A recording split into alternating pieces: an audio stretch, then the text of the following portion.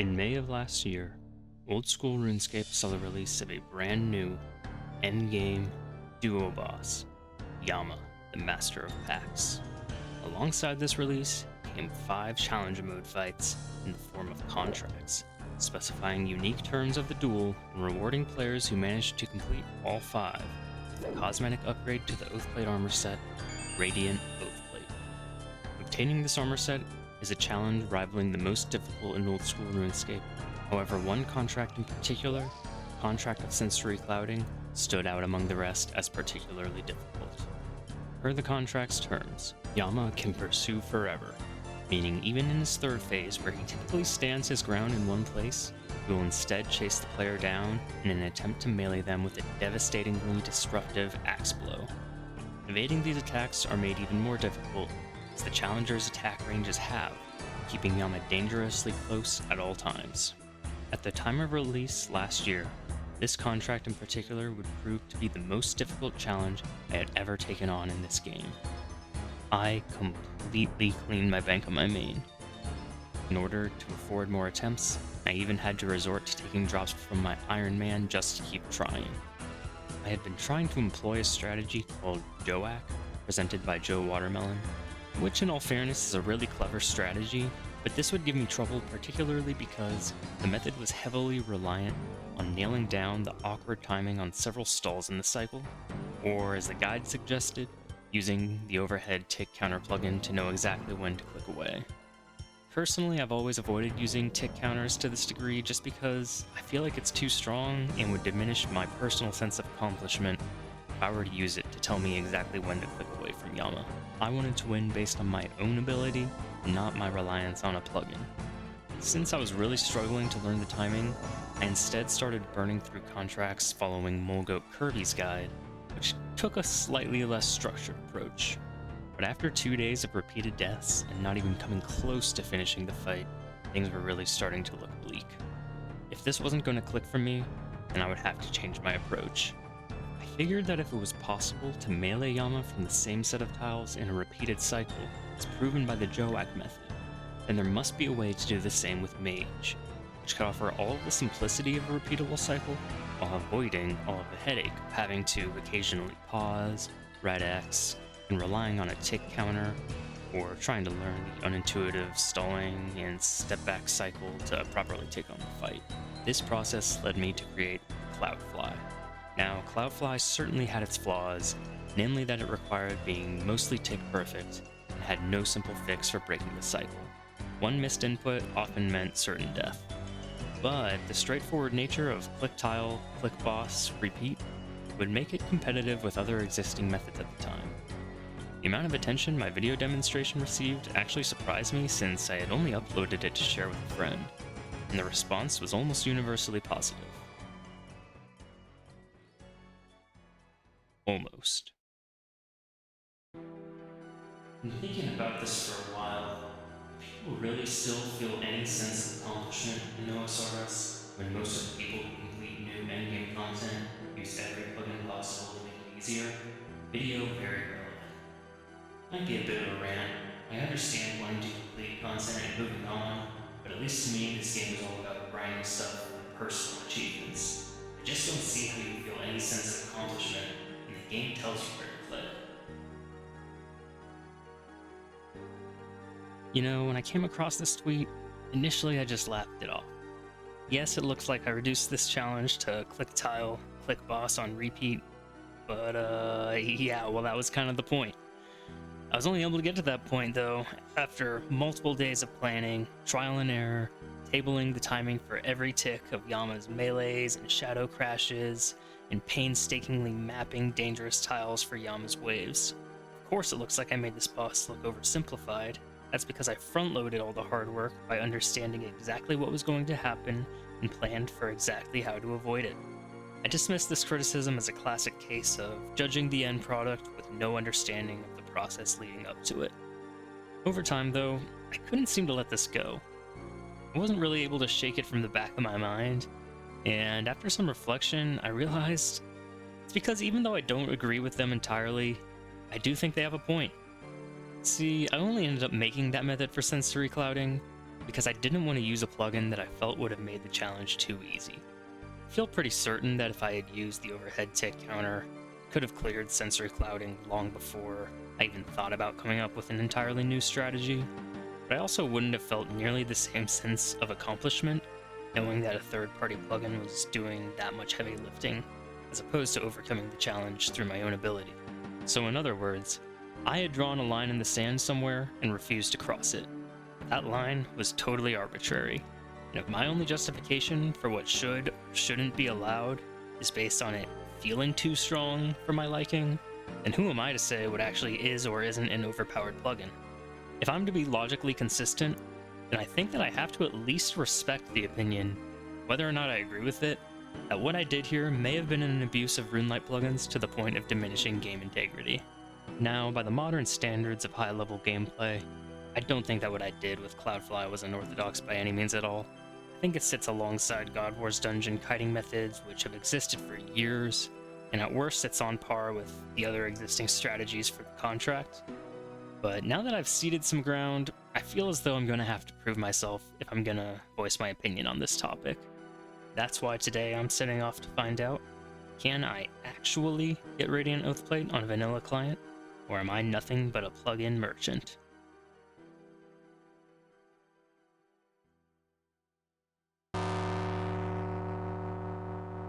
The first contract most players will choose to take on, including myself, is the contract of Forfeit Breath, as this fight is not fundamentally very different from the other contracts, which will have more mechanics layered on later. In this fight, the player's stamina will passively drain and will be further drained by taking damage. Players will need to watch their stamina and occasionally sip stamina potions, lest their stamina reach 0, resulting in instant death. The first obstacle to overcome is actually going to be gearing up for the fight. Like many players, I usually tend to rely on bank tag layouts to gear up for anything I plan on doing repeatedly, and since I do not expect to one and done this, I think it's going to be a good idea to organize a bank tab in a way that will let me regear pretty quickly as sort of a workable half measure. Alright, so just to show you what we're working with, I have literally turned off every plugin. The only thing that I can't turn off is RuneLite itself, but I've made all the settings in there as close to a default client as I think that I possibly can. I even turned off GPU and stretch mode, so I'm playing on a smaller client size than I normally would. I think if I do something like this in the future, then allowing those two might be okay, but just know if I use them now, there's going to be that one guy in the comments flaming me for not going full vanilla, so this is how we're running it. I guess you guys can let me know if you agree or disagree with using those for a challenge like this.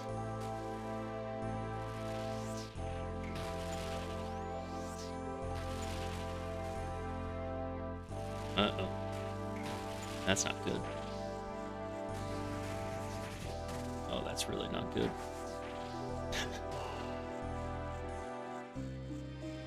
Well, equipping my construction cape instead of teleporting out is a fitting first way to die, I think.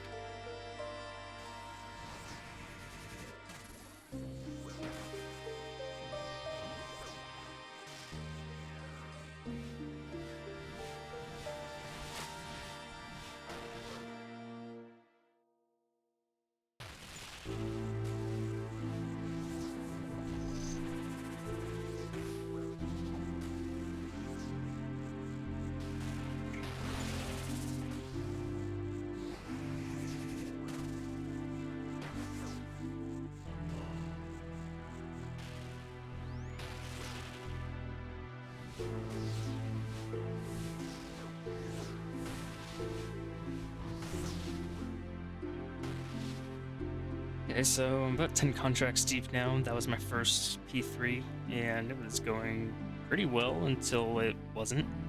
I'm dying a lot right now, but I feel like I'm mostly just making dumb mistakes because I don't remember how to do this fight, like in general. I mean, it's been nearly a year since I've last fought Yama, so I'm definitely rusty, but I'd say if anything, I'm a little bit surprised at how not foreign playing with no plugins feels. The main thing that I think I just can't really shake right now is I'm trying to hold down shift to walk under things like Yama and the judges, and that's a really hard habit to lose, but other than that, I'm feeling mostly pretty composed without any player or NPC indicators. And getting accustomed to all of that now is going to be a huge help later on with the more difficult contracts.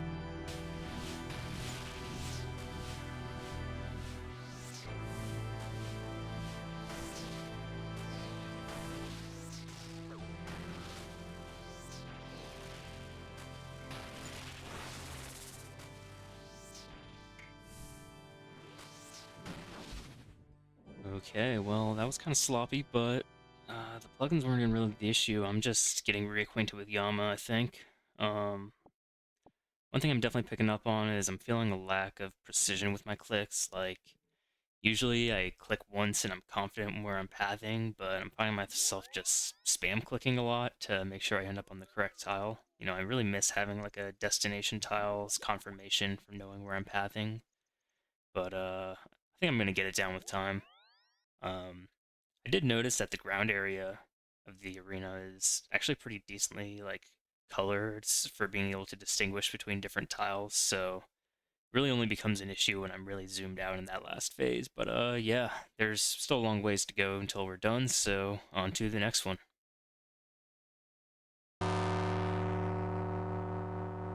The contract of Divine Severance doesn't shake things up too dramatically.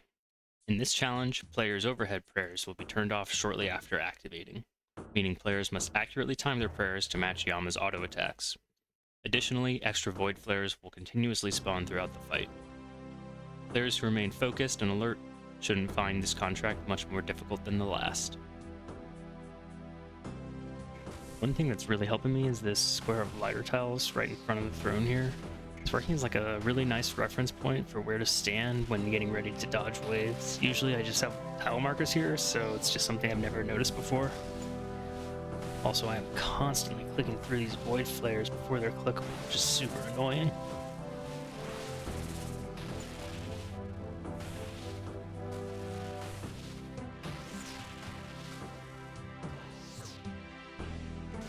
Oh, I didn't even see that one behind the health bar. Guess I need to start watching the map or something.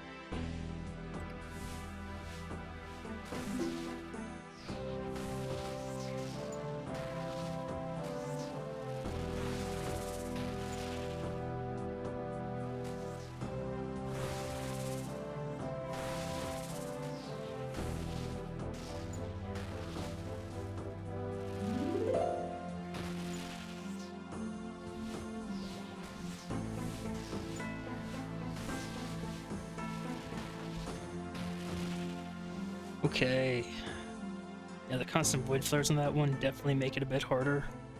The most noticeable thing, though, has to be not having tooltips. Like, I don't know how many people out there are playing with tooltips on, but those just seem to give me so much confidence in what I'm about to click and knowing what I'm about to do, and I'm realizing I pay a lot of attention to those normally. Like, usually they're especially useful on void flares, because I'll see when I'm able to attack a void flare using those, but I'm really just not used to paying attention for their health bar or like looking in the top left corner for my actions, so I'm just yellow clicking through them all the time. But yeah, nevertheless, we got through it, so let's move along.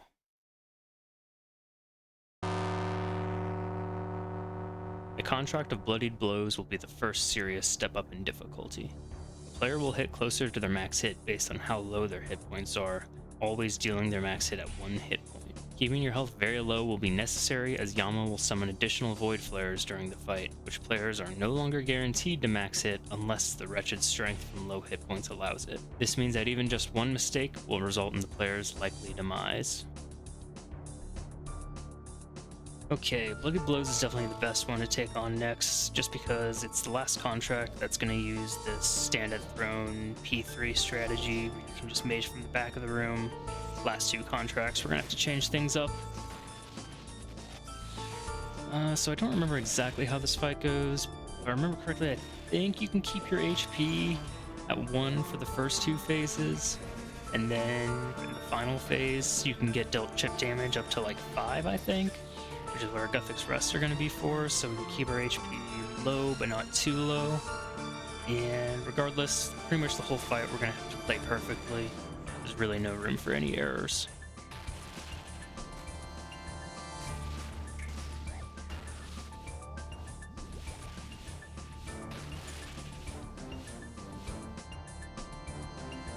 Okay, yeah, I'm really glad I did the other two contracts first because it's going to be a pain trying to chain together a perfect run, so having some experience under my belt with this P3 strategy is really going to come in handy.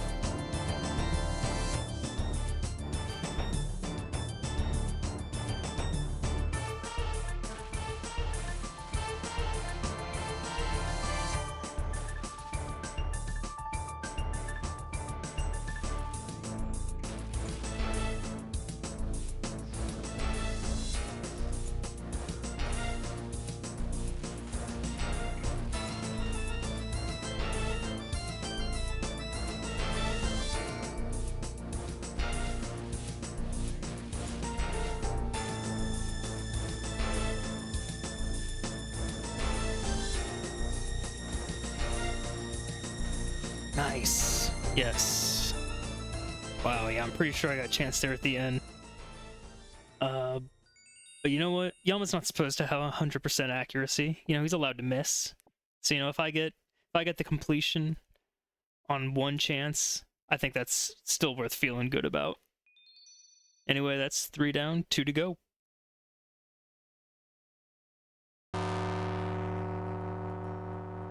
Considered by some to be the most difficult roadblock to Radiant Oathplate, the contract of Glyphic Attenuation renders the simpler mage strategy useless, as Yama is now only weak to Crush. Furthermore, the player's prayer bonus now has an inverted effect, draining faster in accordance with a higher bonus. Though this is a price we'll be willing to pay for an increase in damage which prayer also offers in this fight. This prayer drain debuff, coupled with increased prayer and health drain effects from the glyphs, makes this fight extremely taxing on your supplies, leaving only so much inventory space for healing, which will definitely be needed for Yama's final phase, during which he must be meleeed. Okay, believe it or not, this might actually be the contract I'm most nervous about. I don't know if anyone remembers, but if you did these contracts back when they first released, there used to be this method for cheesing it where you could Ruby Bolt the final phase instead of having to melee him. You would basically just treat it like a normal mage P3 effectively. That has since been patched out, so you have to melee him now, but I've technically never done this contract properly, so to speak.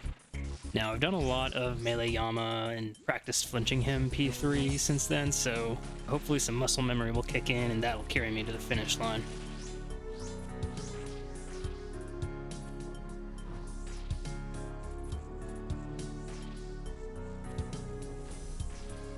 I always love when I get to bust out this tech. One of the first videos on my channel was actually me messing around with Meteor Skip on like the day of release of Yama last year. But this is actually really useful in this contract because the Fire Glyph just hits for so much damage. Like I think it hits 36s as a max, so it's nice to just be able to totally negate all that damage.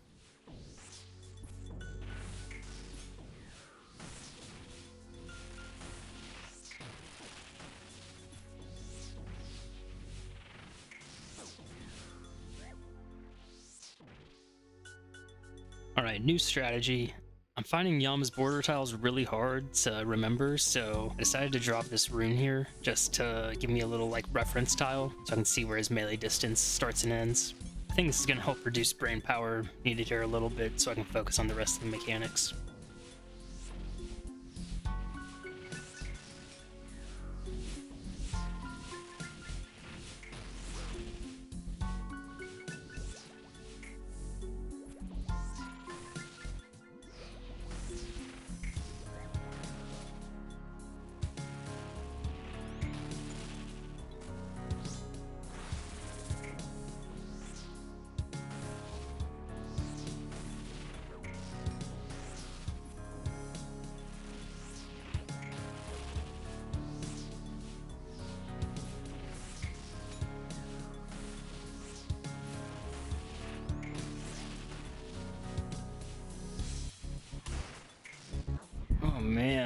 channel is a mess.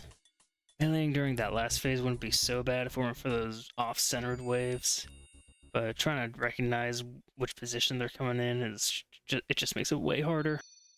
I was definitely getting a little flustered there trying to heal up and keep dealing damage, but we managed to squeak it out, thankfully. And now there's only one contract to go, and of course, I saved the best for last.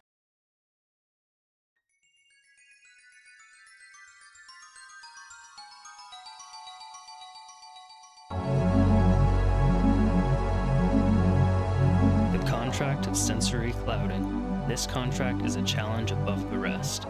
Yama will constantly move towards the player in an attempt to melee them. Yama is also capable of penetrating through prayers, which will result in some minor chip from mage and range attacks, but will basically render your melee prayers totally useless. Additionally, the player's attack range is halved, forcing the player to never stray too far from Yama's deadly melee distance. Things will be manageable for the first two phases. The real challenge begins in phase 3, where Yama is now chasing the player while they must still dodge the continuous onslaught of shadow crashes, shadow waves, and void flares while correctly swapping overhead prayers. If coming too close at the wrong time doesn't result in a lethal melee swing from Yama himself, then the void flare he instantly spawns is likely to throw off any rhythm the player may have had. Even utilizing every plugin to assist you, this is considered one of the most difficult encounters out there. So what is my strategy going to be? Since completing this nearly a year ago, a handful of new strategies have been devised, some definitely easier to learn and implement than the dozen-step Cloudfly I made. However, I have a point to prove. That point being that proper planning and carefully engineering a working strategy, that hard work is not negated by an implementation which uses plugins. So, I will be doing the Cloudfly exactly as I originally formulated it, with no plugins.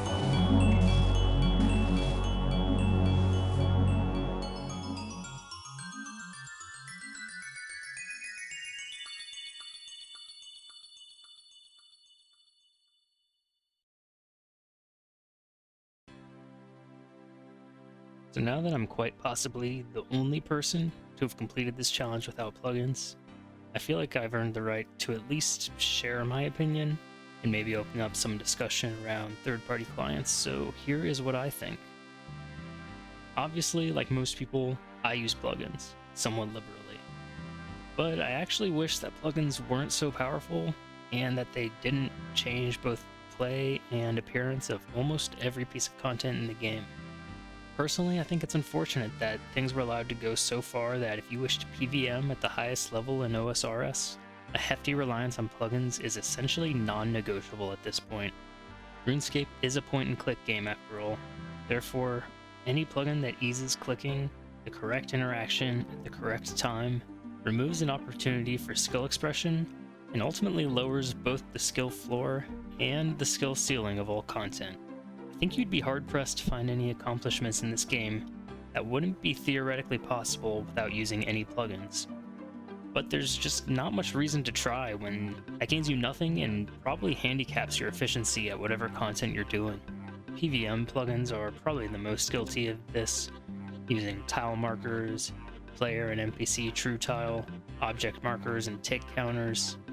That's only to name a few, but this extends to pretty much every aspect of the game with things like agility markers, screen markers, notification timers, and much more, including PvP of course.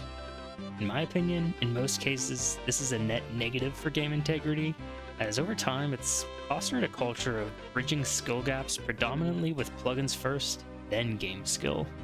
As we saw, you could learn the cues and timing to flinch out of Yama's melee distance, or you could set up a plugin that tells you exactly when to step back from him without fail.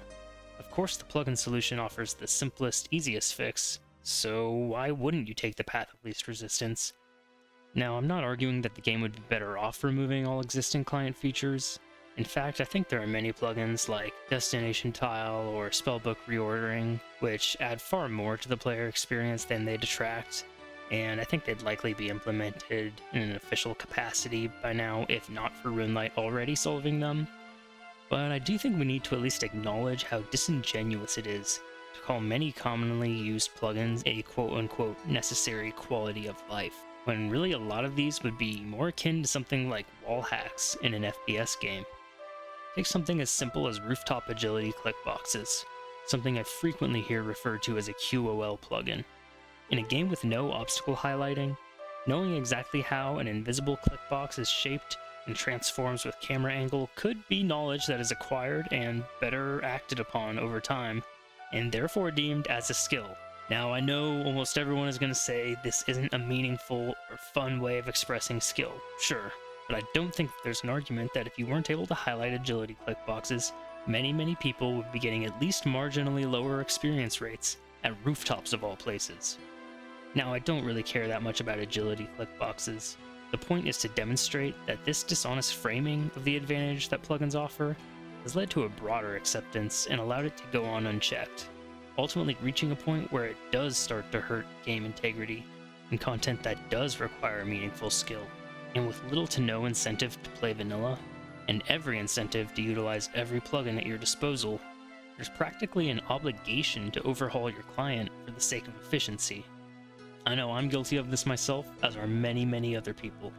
But over time, this only gets worse, as new players first starting out will just have dozens of plugins enabled by default, or they'll be watching their first PVM guide that's telling them what plugins to turn on and what settings to change.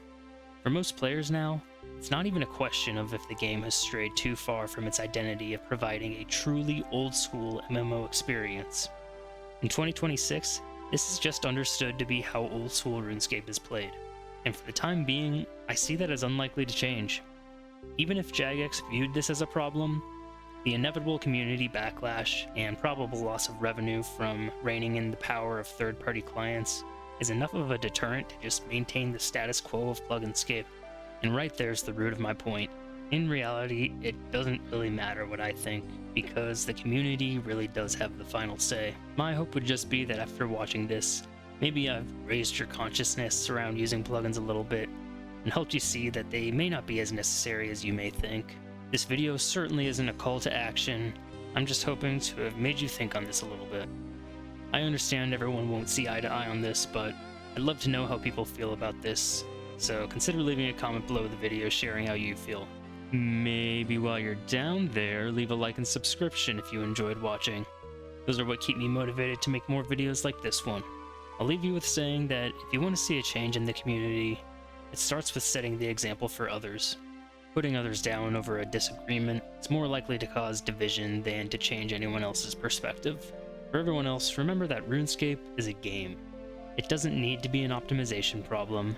Get immersed in its many challenges and Find joy in the process of overcoming them. Do that in whatever way makes you feel the most proud of yourself, and don't feel obligated to play in any other way. Thanks for watching. I'll see you in the next one.